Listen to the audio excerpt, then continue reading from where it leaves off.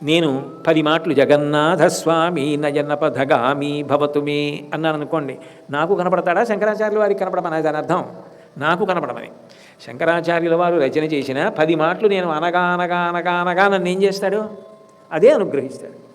ఏది నేనన్నానో అదే నాకు ఇస్తాడు.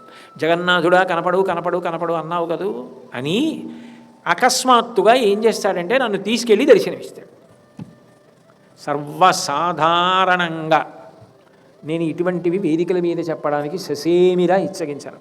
కానీ ఇవాళ నేను స్వామి దయ గురించి చెప్తున్నాను తప్ప నా గురించి కాదని మీరు గుర్తుపెట్టుకుంటే మీకు ఒక విషయం చెప్తాను. మాకు కాకినాడ గోశాలలో సాయంకాలం వేళ ప్రతిరోజు ఊంజల్ సేవ జరుగుతుంది. ఆ రోజు నేను సంధ్యావందనం చేసుకుని గోశాలకు ఎడదామని బయలుదేరుతుంటే నా భార్య జగన్నాథస్వామి రథోత్సవం చూస్తుంది.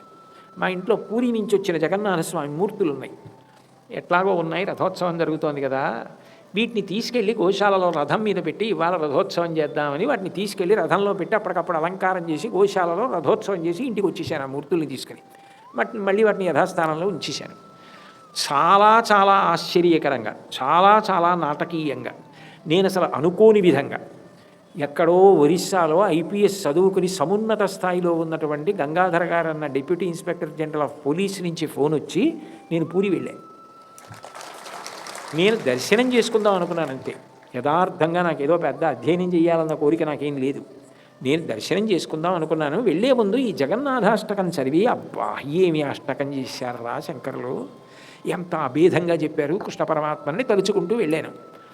ఆయన విచిత్రంగా పదవీ విరమణ చేసినటువంటి కళాశాలలకు సంబంధించిన సంస్కృత అధ్యాపకుల్ని, దేవస్థానంలో పనిచేసేటటువంటి అర్చకుల్ని, వీళ్ళందరినీ పిలిచి నన్ను కూర్చోపెట్టి ఆ రోజు సాయంకాలం అసలు జగన్నాథ క్షేత్రం గురించి అద్భుతమైన విషయాలు ఇప్పుడు మీకు నేను చెప్తున్నవన్నీ వాళ్ళ దగ్గర నేను తెలుసుకున్నవి.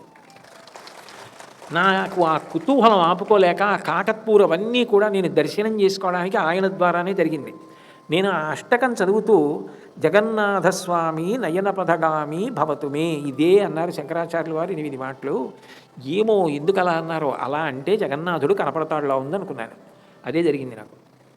అనుకోకుండా పూరి వెళ్ళి జగన్నాథ దర్శనం చేశాను. బాగా జ్ఞాపకం పెట్టుకోండి, ఇది నేను నా గొప్ప గురించి కానీ, ఇదేదో నా ప్రజ్ఞాని కానీ, నన్ను పొగుడుకోవడానికి కానీ నేను చెప్పట్లా. ఇది జగన్నాథ అనుగ్రహం అని మాత్రమే నేను చెప్పాను. అది నా వంటి దుర్మార్గుడికే జరిగితే మీ వంటి భక్తులకు ఎందుకు జరగదు? మీకు జరుగుతుంది. కాబట్టి జగన్నాథుడు అనుగ్రహ ప్రదాత.